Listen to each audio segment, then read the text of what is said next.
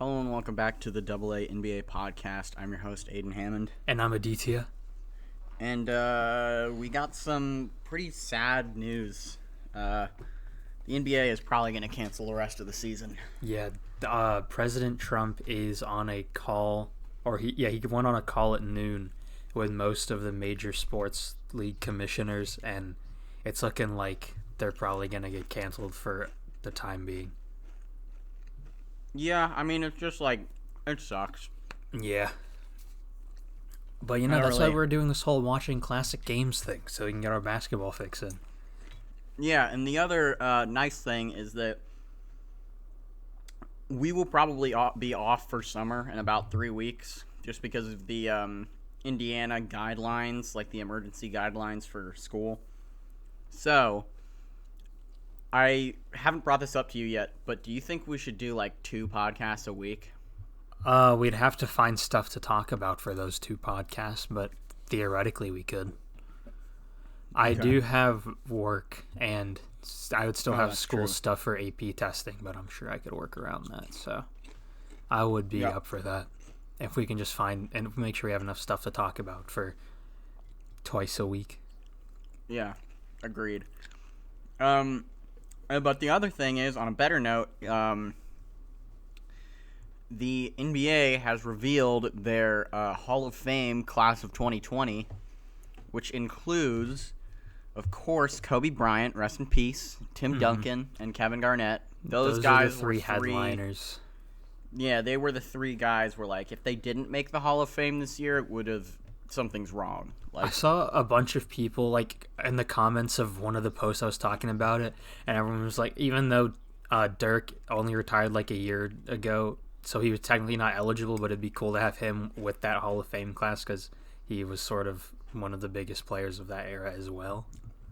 Yeah, and it's like 3 of the greatest, like, they're all power forwards, so like and 3 Kobe. of the greatest power forwards of all time, and Kobe Bryant. Yeah.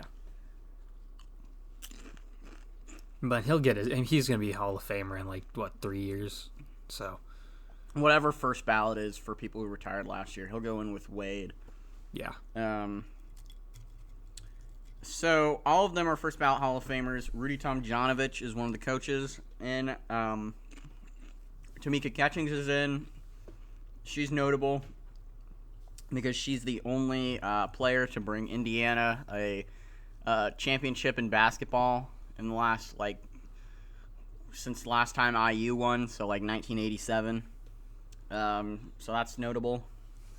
And then there are a couple other coaches and contributors on there.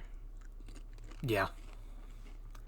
I don't know much about any of the other dudes besides Rudy Tomjanovich. Yeah. Rudy, of course, was the guy who he won back-to-back championships in the 90s as the coach of the Rockets.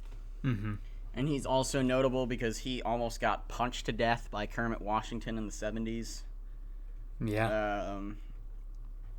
So I'm reading this. He also led USA basketball to a gold medal in the 2000 Olympics in Sydney.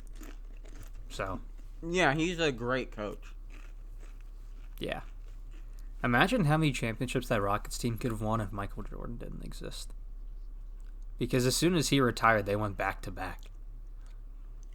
Well, the thing is, a lot of the time those Rockets teams, like with Hakeem in the 80s, were good, but then they would run into the Lakers or the Celtics. Right, but I'm saying around this finals, time. The Rockets won it. I'm saying around this because they won the 1994 and 1995 championships. So imagine if Jordan didn't come back. They probably could have won another 2, you know? True, but also with the Sonics and the Jazz at that time were better. Well, clearly they weren't because the Rockets beat them. No, in 96, the Sonics were better. The later 90s, the Rockets weren't quite as good. That was the Sonics and Jazz time. Because Jordan's last 3 championships, he beat the Sonics, then he beat the Jazz twice. But yeah, those Houston teams, Zooey Mama, as they say in the business. So that's pretty much all the news we got. Yeah. Now, also for the game, we decided to. I called an audible at the last minute and said instead of watching that Game 7, if we watched Game 2 of that same series instead, because Game 7. So I started watching like the first few minutes of it, and then it was really dull. So then I checked the box score to see like if it just picked up later on or whatever, and it didn't. And so I texted Aiden. I was like, "Yo, can we switch up the game?" And he hadn't watched it yet, so we were down 2. So we switched it to Game 2, which was a far more entertaining game. Game 2 was fucking awesome. It was amazing. I love. So Game 7, we originally picked it because I remembered that that was the series, I believe, where if it went down, the Game 7 went down to the wire, and like Vince Carter like nearly hit a 3 that would have sent Toronto to the Eastern Conference Finals. I believe that's what it was. So that's why I wanted to watch that game. But the other thing is we were going to watch this game, Game 2, eventually. So we were kind of just like, might as well just do it now, right? Yeah. I mean, and here, I'll show you the reason I switched it up was, so Vince Carter he had 20 points on 6 of 18. Antonio Davis had 23 on 11 of 15. And then if you go down to the Sixers, Allen Iverson had 21 on 8 of 27, and Aaron McKee had 22 on 8 of 16. And those were the best performers. Everyone else was just kind of there. So that's why I was saying it's just not a very entertaining game. It was pretty slow. Yeah, it's not great. Hold on, I'll be right back. So yeah, Game 2 was much better. That was a game Allen Iverson dropped 54 points in the win. So, yeah. And I think Vince Carter had like 28 also. So it was good on both sides. And it was, this game was fucking incredible. It's one of the best games I've ever watched, just period.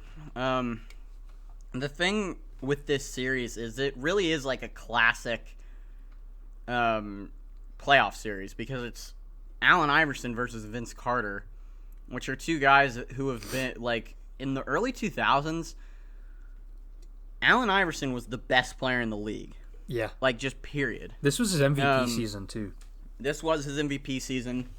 This is the, people always talk about, like, LeBron in 2016 is, like, one of the hardest postseason carries ever, which it is. I watched, 2016 and 2018.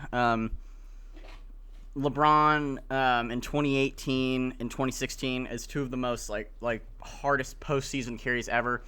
Allen Iverson in 2001 does not get enough credit. He gets a lot of credit. I think the reason he doesn't get a lot of credit is because he did have those games where he shot like 9 of 35, and had 20-some points. Yeah, but it's also understandable because like, who else was gonna? He's also not the physical team beast that LeBron is, so he can't like get to the rim super easily. Well, but also like, what's Eric Snow gonna do really? Like, what's Eric Snow gonna do? Yeah. Eric Snow's all right, but like, he was probably like Eric Snow and Dikembe Mutombo. Aaron McKee was good that series. Actually, I'd have him over Eric Snow. Aaron McKee. I believe he was the 6th man of the year that year. So that Sixers team had some solid pieces. They had, I believe, Mutombo also won Defensive Player of the Year that year, but they didn't really have any other offense besides Allen Iverson, to an extent, Aaron McKee and Eric Snow. One thing I want to say, Allen Iverson is my 3rd favorite player of all time, behind Dwayne Wade and Chris Paul. It never gets old to me, but it's crazy how he basically is sprinting all around the court, doing everything on offense, running around on defense like crazy.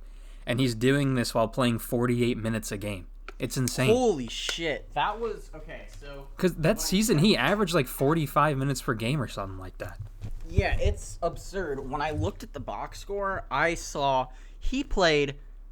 Just, have you looked at the box score yet? Do you know how many minutes he played? They also said it at the end of the game. He subbed out for the last 14 seconds because they had already won. He played and he didn't 47 minutes and 46 seconds. He didn't sub out until the last 14 seconds of the game when they'd already won. It's insane. Michael Jordan didn't do that. Like, players don't Michael do Jordan that. didn't need to do that. He had a good team around him too. That's true, but it's just like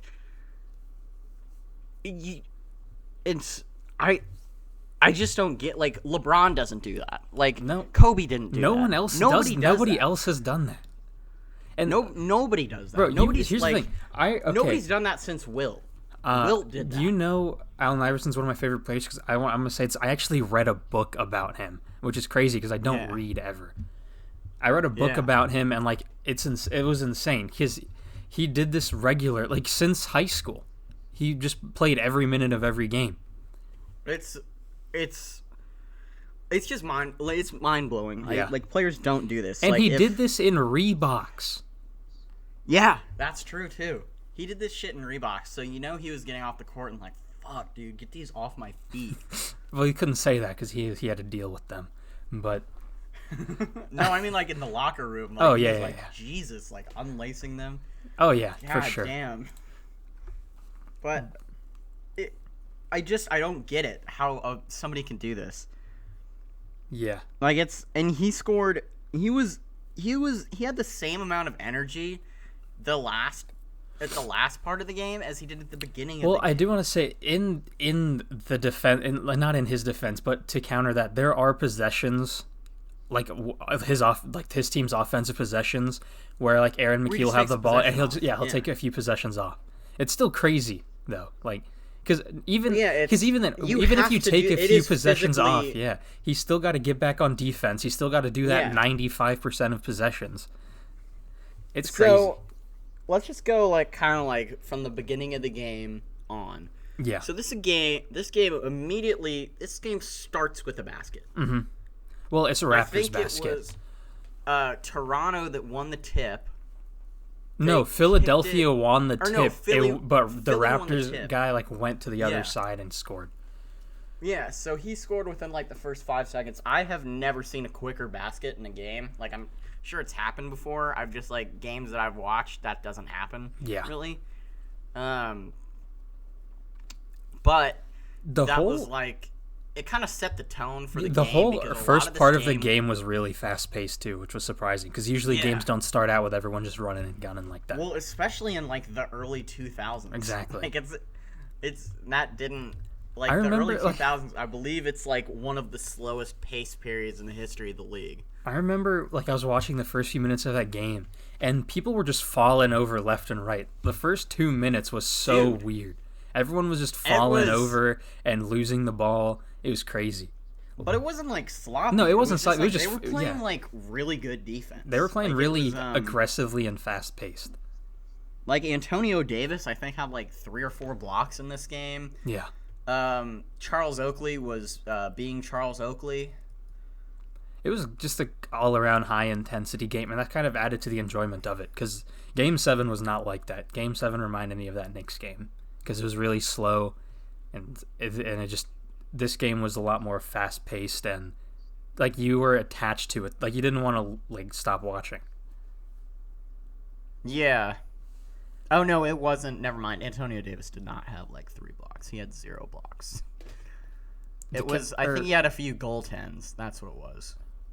I do want to say, there was, they had the coaches' huddles mic'd up for both sides or whatever. And I forget, it was, like, sometime in the second quarter. And, the Sixers coach, I think it's Larry Brown, right? Yeah. Yeah, and he was like, he was going rapid fire. He was like, you got to do this and this and this. Watch out for this. Be careful of this. I want you guys to do this. And like, he was going rapid fire and popping off. And then they go to the Raptors huddle, and Lenny Wilkins, who was their coach at the time, was like, they're doing this. And you just gotta stop when it. they do this, I want you to when their guy comes over to this side, you need to go into the middle. And he didn't. He sounded like he didn't know what he was talking. He sounded like he didn't know what he was talking about. Which is weird because Lenny Wilkins is one of the only people in the history of all of professional sports to be in the Hall of Fame as both a player and a coach. Yeah. So for him to be that lost there is a testament to just how good Allen Iverson is, because he was making Lenny Wilkens knows the game better than arguably anybody in the history of professional basketball. And he was like, dude, I don't know. Just like, you see that little guard over there? Just foul him. I don't know. Yeah, he like, just didn't know what to do. It was crazy. He was like, I don't know how to stop this. What am I going to do? Yeah. Because, like, the other thing is, this series, Lenny Wilkens and Larry Brown are two of the greatest coaches ever. They're both Hall of Famers. Larry Brown is the only coach that's been able to tame Allen Iverson for one season. Yeah. And that was his MVP year. Yeah. Larry Brown, he also won the championship in 2004 with the Pistons. He was that head coach. He's the only coach to lead 6 different teams to the playoffs. Yeah, well, he was absurd. at the time. I don't know if that's been changed. They kept bringing then, up but... that he won his 1,000th game in the 2000-2001 season. Yeah. So he's just like in that book that I read about Allen Iverson. They were talking about how the front office, because Allen Iverson would refuse to cooperate with the coaching staff and everyone, and he kind of wanted, like, he was a really great player, but he was not an amazing person. Yeah, he's a pretty garbage person, actually. Yeah. Like, didn't he, like, beat up his girlfriend? He got into, like, I think he's doing fine now or whatever, but there's, like, a point where at that time... he, like, threatened to kill his wife or something. He got into, like a big fight with her, and he's like, I could pay $5,000 and have you killed right now, and don't mess with me. So, Jesus. Yeah, obviously he's not that now. He's changed up, but... He's mellowed out a lot since his playing days. Back then, he was quite rowdy. But in that, like, they were talking about how no one was able to get Iverson to cooperate, and Larry Brown told him, like, listen, just for this one season, just, like, go along with what we do. And, like, he had to, like, actively try to convince Allen Iverson to play with the team, like, as a team player. And Allen Iverson agreed for, like, this one season he'd try it out. He won MVP. And then after that, he stopped cooperating again. Yeah, it's... Because he didn't eat healthy. He'd go out late at night, get drunk, come home, and then be hungover, and then go drop 40 on your favorite team. So when he was healthy, he was unstoppable. He's just Michael Jordan. Like Michael Jordan would go to Atlantic City until like 4 a.m. and then just go out and drop 50 in a playoff game. Yeah. You'd be like, how the fuck did he do that? Yeah. It's crazy. It's just These like some players are are just different. Yeah. Like it's like you have to be a certain level of athlete. Like you got to win a genetic lottery to go to the NBA, and then you have to win another genetic lottery to be an all-star. But here's the thing, Allen Iverson's 6 foot, so it's not even like he's this genetic beast. He's a 6 foot skinny guard. If you win a third genetic lottery, you get to go out and party and then like just fuck over somebody's favorite team the next day. Like it's like there are only a few guys in the history of the league that are able to do that. Allen Iverson is the only player I know that didn't have a size advantage. Like he was 6 foot, he was small, he was skinny, but he could still do whatever the fuck he wanted, not practice, eat whatever he wanted, and then drop 50 on your team. Yeah, it's just, it's crazy. Like and some of the other things that I noticed in this game were he hits a lot of step back mid ranges. Yeah, contested mid ranges too. Contested mid ranges. But even when he's not, he's an ISO god too. Yeah. Like he's got arguably the best handles of all time. Yeah. I watched. Do you remember the last possession of the first half? Where he hit Allen the buzzer Iverson, beater? Yeah, so he gets the ball with about 12 seconds. He does 4 head fakes. Vince Carter, I think it was Vince Carter who was guarding him, does not bite on anything. Like he throws some head fakes, he throws some dribbles between the legs, shit like that. Then Vince does not bite, really. Like, he does a little bit, because how can you not? But he doesn't, like, he's not getting faked out by Iverson. Iverson just pulls up, drains a shot in his face. Yeah. Like, it's... He's amazing. Yeah, it's... I don't really understand how that's possible. Yeah. Because when I do that, I get blocked. well, I think it's a bit different, Aiden. But I'm also 5'7" and white. So that probably hurts my case a little bit. But Yeah. I guess what I'm saying is that like that is not players don't isolate like that anymore. No. Like that's it just doesn't, and it's not because like the game's changed. It's just because nobody can. Like James Harden is the best isolation player that's played since Kobe Bryant, but Well, I think no one in the league right now can't do that. has Allen Iverson's skill set. That's true, and it like Because Kyrie Irving's the it's part of the closest thing reason- to it, but he can't. I mean, he has a lot of injury problems. Like he can't he has a consistently lot go of in and injury do that problems. every night. He takes too many bad shots. Like Well, which Allen is also Iverson what also Allen takes a Iverson lot of did, bad but shots. it's He like just made his. Kyrie Irving being a team cancer is not the same as Allen Iverson being a team cancer. Kyrie Irving is not good enough to be as much of a cancer as he is. Yeah. Like Allen Iverson was so good that you're like, you know what? Just let him tell Larry Brown Here's to the go suck his dick. If you Like, didn't, you know? you just lost the only player making your team relevant, because that's the Sixers' problem. He was the only person making their team Yeah. relevant. Without him, they're one of the worst teams in the league. Yeah. Allen Iverson hits a lot of like very contested fadeaway mid ranges, Yeah. which is part of the reason why I love his game so much. Well, another thing too, he's so small and skinny that when even if he's not taking the contested mid ranges, he can just sort of find his way into the basket. Yeah. And everything he takes like looks contested. Yeah, because it is. There's always somebody. He's always getting double teamed. There's always somebody trying to guard him. Yeah, I mean, Always in the somebody first shutting him down, in the or first trying few to minutes shut of him that down. Game 7, there's literally periods where when he drove to the basket, all 5 of the Raptors players crashed in on him, and that's why he had such a bad game in that Game 7, because he just got 5 people teaming up on him to make sure he can't score, because that's what it took. Like, what can you possibly do? Like, it's just Yeah, that's literally what it took to stop Allen Iverson, and even then, he still had 20 points. Yeah. So we've talked about Allen Iverson a lot. Let's talk about some of his teammates. Immediately, I think the first time that Allen Iverson didn't touch the ball, Eric Snow had a pretty open layup and just bricked it. Like, not even really close. Like, he didn't hit the rim or anything. He just hit it off the top of the backboard. Yeah, I mean, it was contested, but still, you can't be doing that. Yeah, it in was the like NBA. it was kind of contested, but he had his hand like up on the rim. Yeah. Like, it was like, dude, just like dunk it or kiss it off the glass at that point. Like, I was like, I feel like that kind of set the tone for like how his teammates were gonna play that game. Mm-hmm. Well, that was Because, how they were most of that entire season. Like, Aaron McKee had this game he had 19. I have the box where he had 19 and 9. And that was, like, a pretty good game for him, and he could do that occasionally. But other than that, It was really just Allen Iverson and then Dikembe Mutombo and, like, his other bigs getting his rebounds and getting it back out to him. Yeah, so Dikembe Mutombo played 43 minutes and 27 seconds. That is kind of an interesting thing about Larry Brown, is he only really played 6 players in this game. Yeah.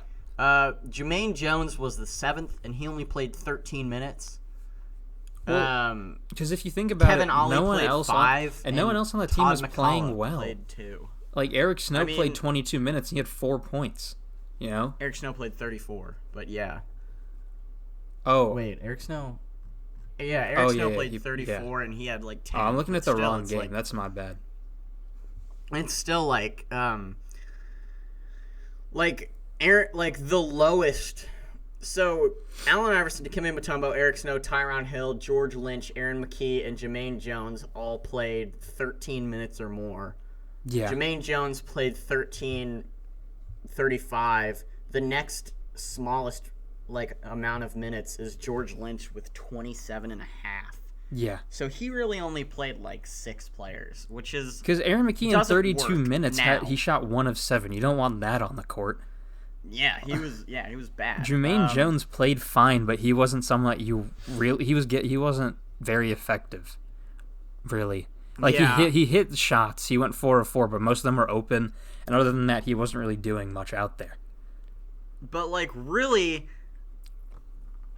that doesn't like, nobody does that. Like, most coaches today have an 8 or 9 man rotation because playing basically 6 is not a formula for winning basketball. That only works if you have one player who's just so good that it doesn't matter. And that's what Allen Iverson was. Basically.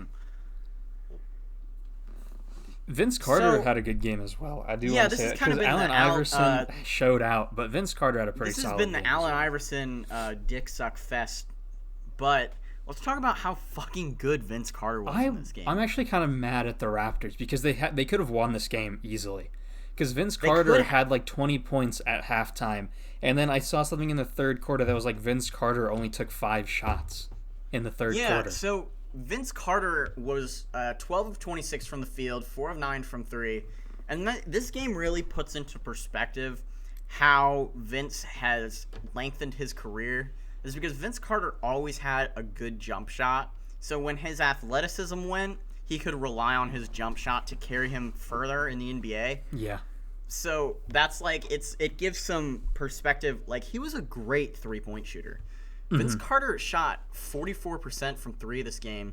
He hit some... Vince Carter, we've talked about this before, just like as a friend group. Smoothest strokes in NBA history, Vince Carter's up there. Like, he has a beautiful jump shot. I wouldn't say he's up at the top in NBA history, but he does have a good jumper. He's not at the top, but he is... I'd say he's up there, because he's got just... it's just really nice to watch. I just like watching him shoot baskets.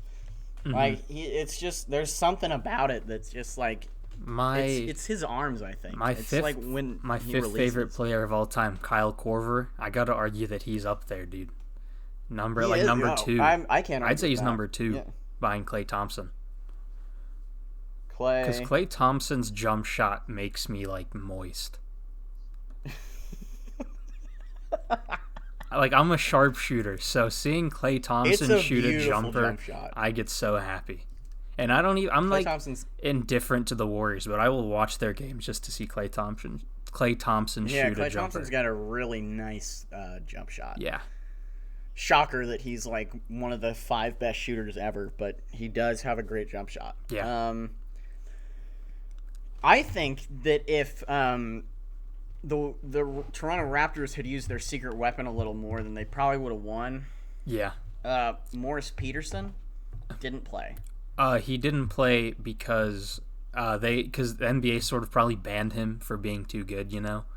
They were like, you can only play him every other game or something, because if you play him every game, it's like free championship, you know?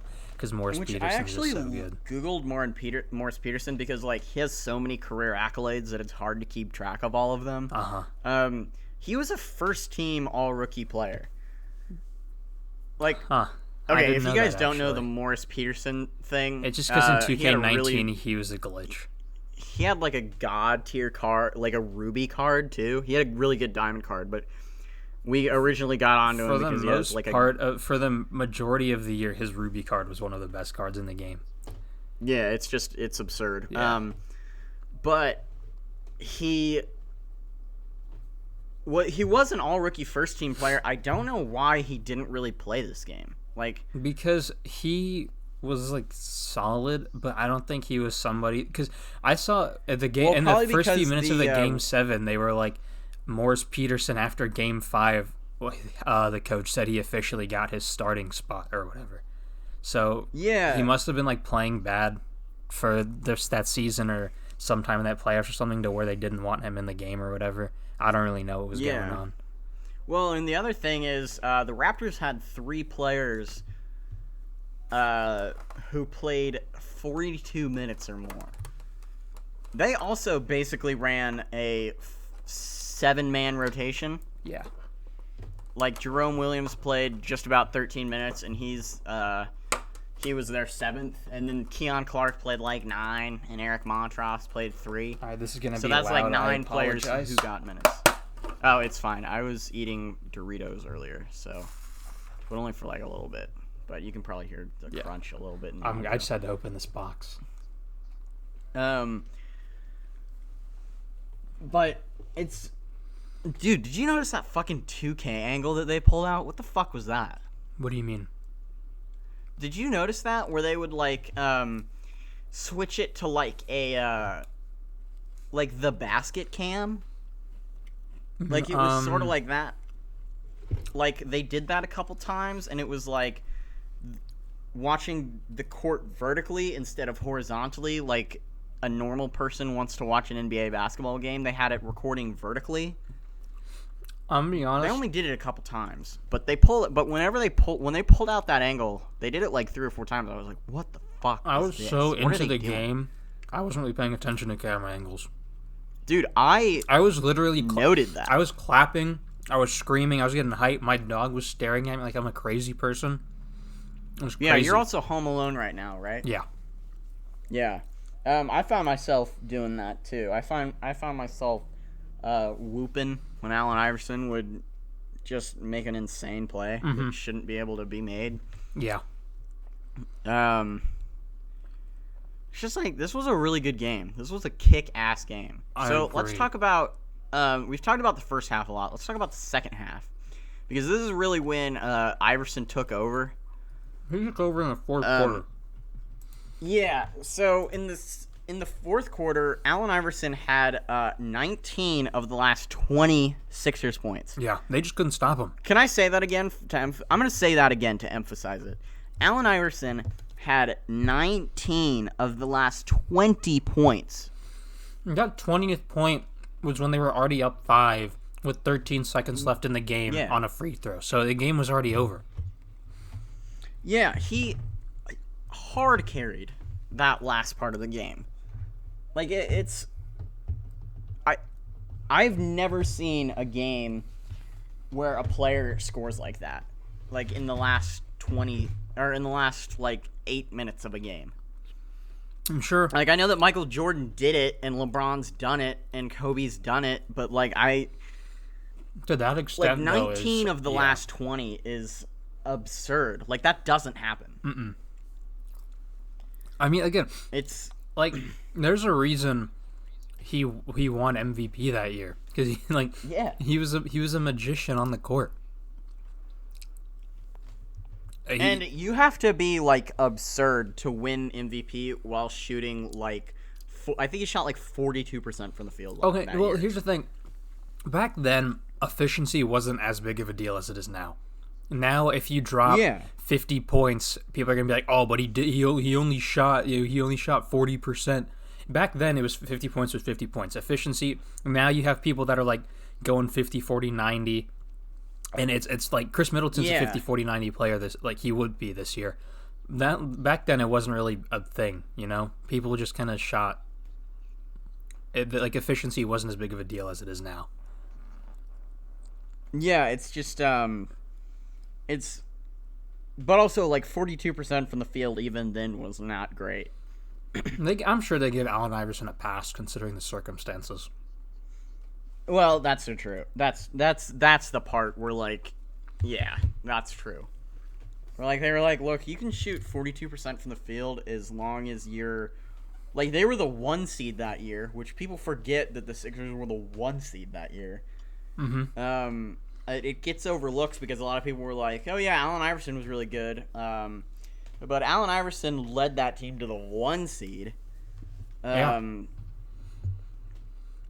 it's just. Yeah, they were good. That was a good basketball team, or a good Allen Iverson. One thing that I saw that was kind of like Allen Iverson a lot of times would leave his guy to try to interrupt pass lanes and get a steal or maybe double team. And the problem with that is that he was guarding Vince Carter for a lot of the game. Yeah. So it led to a lot of open shots because he was trying to intercept a pass or whatever. And what would happen? The other thing is Vince Carter also kind of did that. Yeah, but another problem with that though, what would happen is if Allen Iverson went to go cut a pass, then this other guy will come over to try to get Vince Carter, and someone else will come out so they don't get a 3, and then now you have Antonio Davis or Charles Oakley wide open for a mid range, and that was kind of a consistent theme. The other thing is, didn't realize that Charles Oakley had such a clip. Charles Oakley was a solid shooter in this game, which he hit like the Charles Oakley that I'm familiar with, which is like the Charles Oakley that would like basically Marcus Morris now, like just trying to instigate shit with the other team. Like he's an enforcer, and a lot of the time enforcers are in the paint. They're getting rebounds. They're not like outside. Yeah. And Charles Oakley was outside, and that might just be because of his age. I believe he was in his late 30s in the season. He This had was one of his gray last hair. years. Yeah, he had gray hair. You don't see that a lot in the NBA. Yeah. He hit a lot. He hit some solid outside shots. Like he was good. And a lot. Yeah. But I don't know. I don't have much else to add to this game. It was just really good. I recommend anyone that wants to watch a basketball game watch this game. It's amazing. Yeah. The other thing is, a lot of the time when you see somebody drop 50 points, they'll do it in a blowout or they'll win by like 10 or 15. Philly needed every single one of Allen Iverson's points. Allen Iverson scored. Hold on, I'm gonna do some quick maths right here. He had 54 of their 97. That's more than 50. That's more than half their points. He had 55% of their points. That's my career shit. Like that doesn't happen. Yeah, that's like when you get like Hall of Fame green. You get Hall of Fame green, Hall of Fame quick draw, like a bunch of shit like that. I couldn't think of green machine. That's what it is. Hall of Fame green machine, Hall of Fame quick draw, Hall of Fame catch and shoot. Like that just, and you get like 60 of your team's 100. Allen Iverson wasn't a catch and shoot guy. He wasn't, but he was such a good shooter that it didn't matter. Yeah. Like it's like every shot he was like I was just listing off shooting badges from 2K. Yeah. Like it's like when you get all those badges and you start scoring like 60 points a game. Yeah, it was beautiful to watch. And it's really solid. I got so happy when at the end of the game he was screaming, he was getting hype, he was pumping up the crowd. Dude, that made me so happy. Dude, I love it when players do that, especially when they're at home. It's solid. I really like that. So, are we going to close the chapter on that game? I think so, yeah. I think I've got an idea for next week. Ooh, let's hear it. This is from the same playoffs, and it includes the same game, the same player, the same team that we just watched. Allen Iverson scores 44 points as the Sixers clinch a Wild Series. June 3rd, 2001.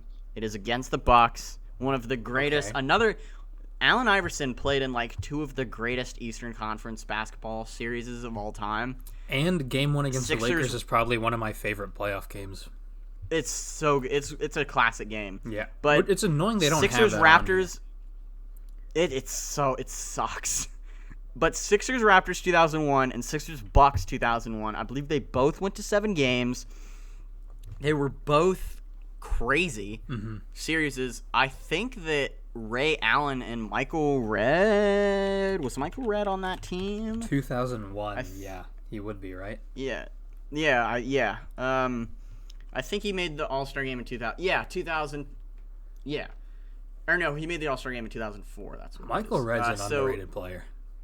Dude, we should talk about Michael Redd we can talk about Michael Redd next week. Yeah, because he'll be in this game. Yeah.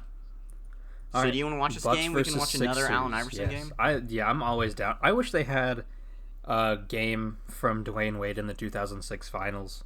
Dude, that would be so awesome. But they don't. So this will do Raptors versus Bucks. Or not Raptors. Yeah. Sixers versus Bucks.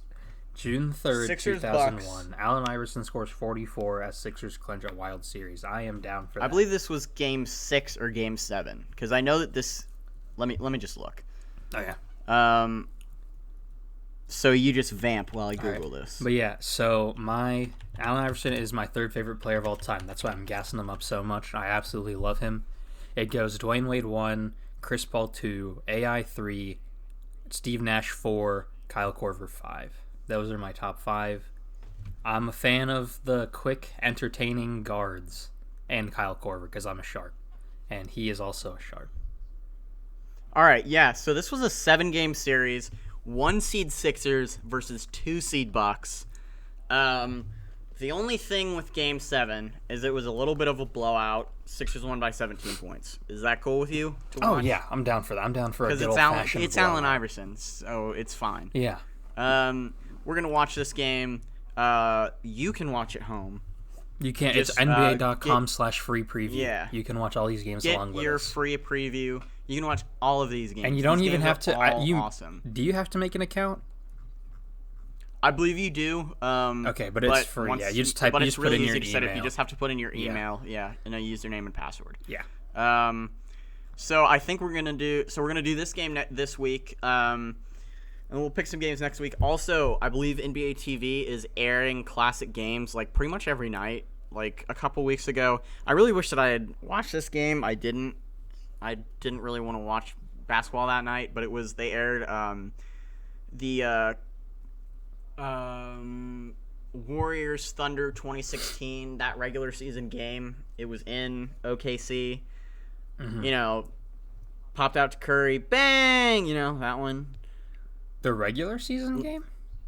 Yeah, where Steph Curry hits like that 40-footer. It's like the 2016. It's like his MVP moment. Oh, yeah. Like it's God, what's that? I think King of the Fourth Quarter uses that as in his intro. It's like Thompson out to Curry, bang. You know that one. That I don't know. I don't think King of the Fourth Quarter doesn't use that for his YouTube intros. He might do it for Twitch. I don't know. No, it's not King of the Fourth Quarter. It's some other NBA YouTuber. But I don't know. Somebody uses that for their intro. We talked about this last week. We didn't talk about the intro, but we talked about the play. No, we didn't talk about the play. You talked about Bosch out to Allen. Oh, that's what it is. Yeah. But yeah, no, I know what you're talking about. But yeah, we're gonna end it probably here. And we are using a new wallpaper, so you guys will see that. A new thumbnail, not a wallpaper. Yes. But yeah, you guys will see that. It's pretty dope. And yeah, I'm good to end it if you are. Shout out to Noah. Shout out for Noah. the wallpaper. All right, like and comment and subscribe. Mm-hmm. Yeah. Tell us why we're stupid idiots, and we'll see you guys next week with Game 7, Bucks Sixers. Allen Iverson goes off for 44 points. Yes, sir. So we'll see you guys. Yeah. Thank you for watching. Bye. See ya.